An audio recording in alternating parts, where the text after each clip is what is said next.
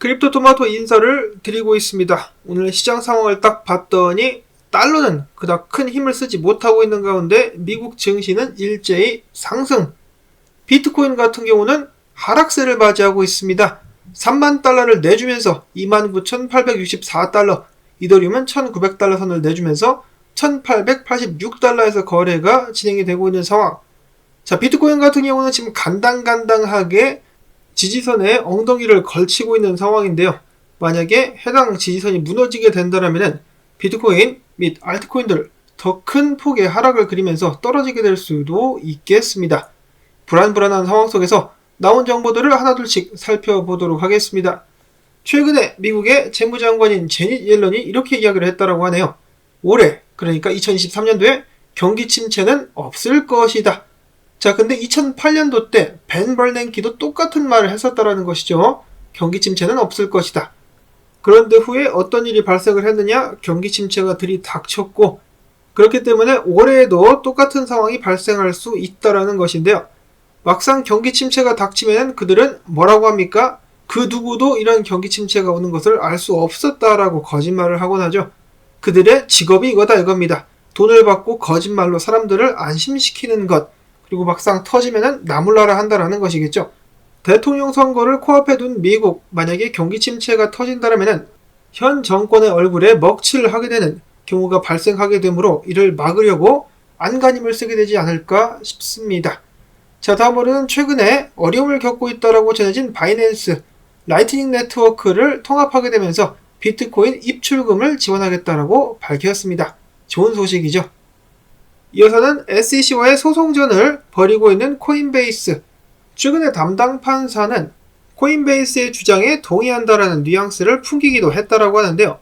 미국의 변호사 제임스 머피는 이야기하기를 코인베이스와 SEC 간의 첫 심리 기록 문서를 살펴봤을 때 사건 담당 판사가 코인베이스의 주장에 상당히 동의한 듯한 뉘앙스를 풍겼다. 코인베이스가 IPO 신청서를 제출했을 때 SEC는 아무런 문제 제기 없이 이를 승인했다. 이에 따라서 SEC가 자신들의 사업 합법성을 인정하는 것이라는 코인베이스의 주장에는 무리가 없다라는 발언을 남겼습니다. 한마디로 SEC가 지금 억지를 쓰고 있다라는 것이겠죠. 게리겐슬러 뚝배기가 다시 한번 터질 수 있기를 바라봅니다. 이어서는 특별한 소식이 없기 때문에 바로 비트코인 분석으로 넘어가 보도록 하겠는데요.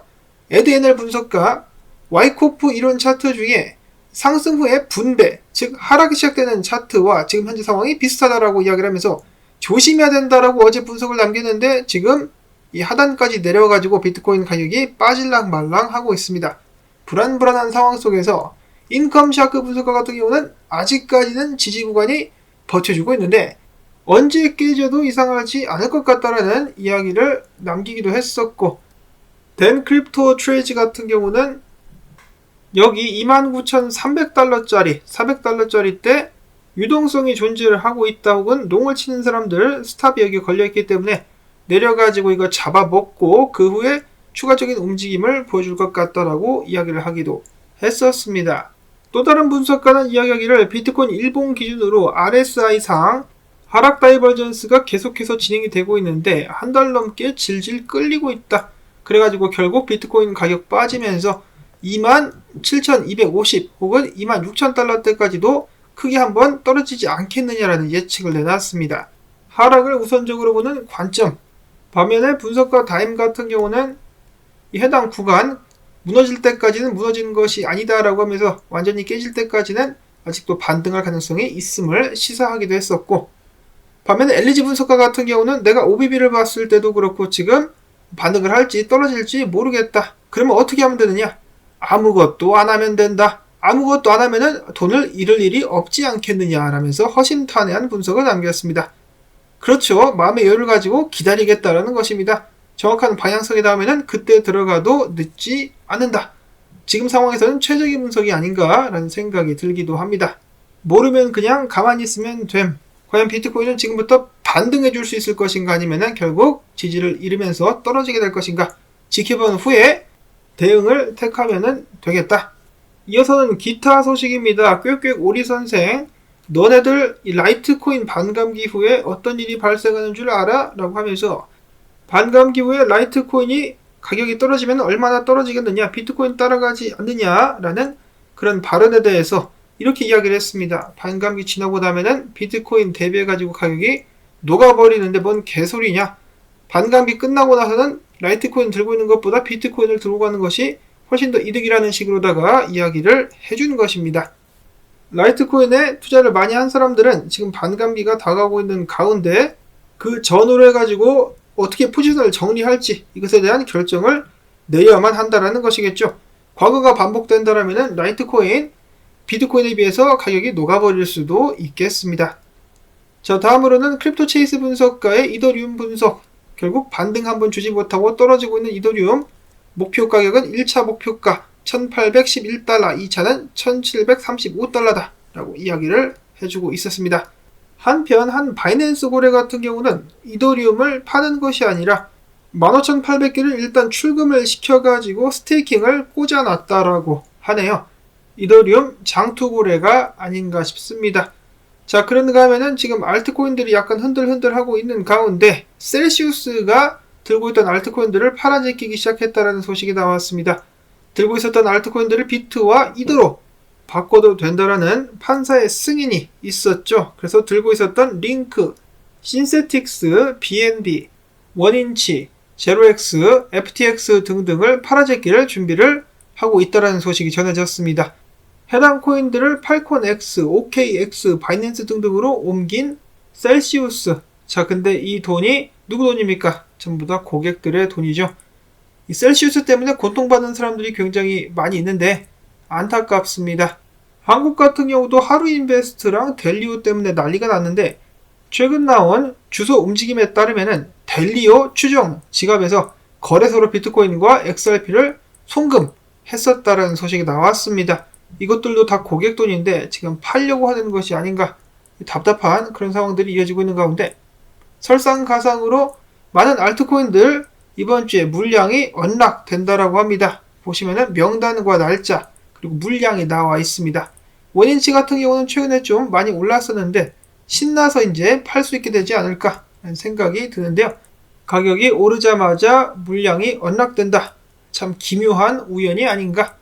다음으로 원인치의 라이벌이라고 볼 수 있는 유니스왑 같은 경우는 최근에 새로운 프로젝트를 공개했습니다. 이름은 유니스왑 X. 유니스왑 X는 다양한 유동성 소스에서 거래 데이터를 집계하도록 설계가 되었으며 옵트인 베타 버전으로다가 일단 출시가 된 상황. 이용자는 이를 통해서 유동성 소스의 풀링, 거래를 위한 최적의 가격을 제공받을 수 있게 될 것이라고 하네요.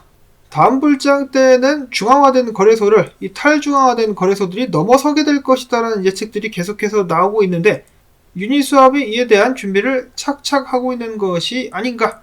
자, 그렇게 된다라면은 유니스왑의 코인인 유니 가격도 나중에 상승하게 될 수도 있겠다라는 기대감 한번 가져볼 수가 있겠습니다. 자, 다음으로는 뱅크 오브 아메리카가 체인링크에 대해서 굉장히 긍정적인 발언을 했습니다.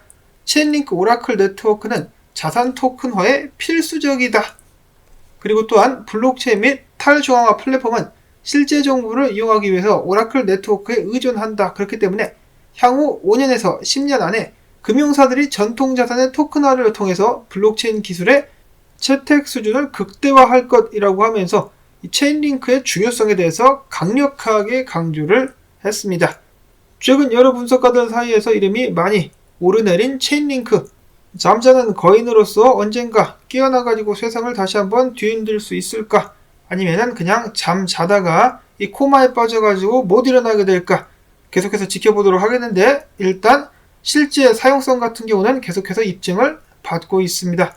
이어서는 셀로 토큰. 최근에 셀로 레이어 1을 이더리움 레이어 2 솔루션으로 전환하자라는 제안이 남과 함께 가격이 오르고 있다고 합니다. 아직 확정된 것이 아니고 제안만 나온 것인데요. 만약에 받아들여질 경우 셀로와 이더리움 사이의 유동성 공유를 간소화하면서 보안 강화 그리고 개발자 경험을 촉진시킬 것으로 기대가 되고 있습니다. 이어서는 챗 GPT의 창시자로 불리는 샘 알트마니가 투자하는 것으로 유명한 월드코인. 매주 평균 4만 명이 월드 아이디에 가입하고 있다고 하는데 한국에서도 서울에서 지금 현재 가입이 활발하게 이루어지고 있다고 합니다. 자, 월드 아이디에 가입하려면 개인정보를 그리고 생체정보를 제공해야 되는데 사람들의 홍채 정보를 그들이 걷어가고 있다고 하는데요. 월드코인의 궁극적인 목표는 무엇입니까? 인공지능이 사람들이 해야 될 일을 대신하게 되면서 보통 사람들은 수입 감소의 피해를 입게 될 수밖에 없는데 이 월드코인을 통해 가지고 일정한 수입, 기본소득이 제공되게 될 수 있다는 것인데요. 해당 프로젝트가 성공할 것이다, 실패할 것이다를 두고 갑론 을박이 이루어지고 있는 가운데 그 개발에 나날이 관심이 집중이 되고 있습니다. 일단 개인의 생체 정보를 넘겨야 된다는 점에서 저는 약간 좀 찝찝하기 때문에 기다렸다가 나중에 입증된 결과를 보고 그때 가서 판단을 해도 늦지 않을 것 같네요. 자, 그러면은 오늘 이 비트코인이 지지를 지켜줄 수 있는지 없는지 계속해서 지켜보도록 하시면서 오늘도 채널 운영에 도움을 주기 위한 광주뜻 부탁을 드립니다. 광고 한 편만이라도 마지막까지 틀어주기를 해주셔야 저도 수익을 좀 낼 수가 있겠죠. 한 분 한 분 도움에 감사드리면서 저는 다음에 새로운 소식 가지고 인사를 드리도록 하겠습니다. 안녕히 계십시오.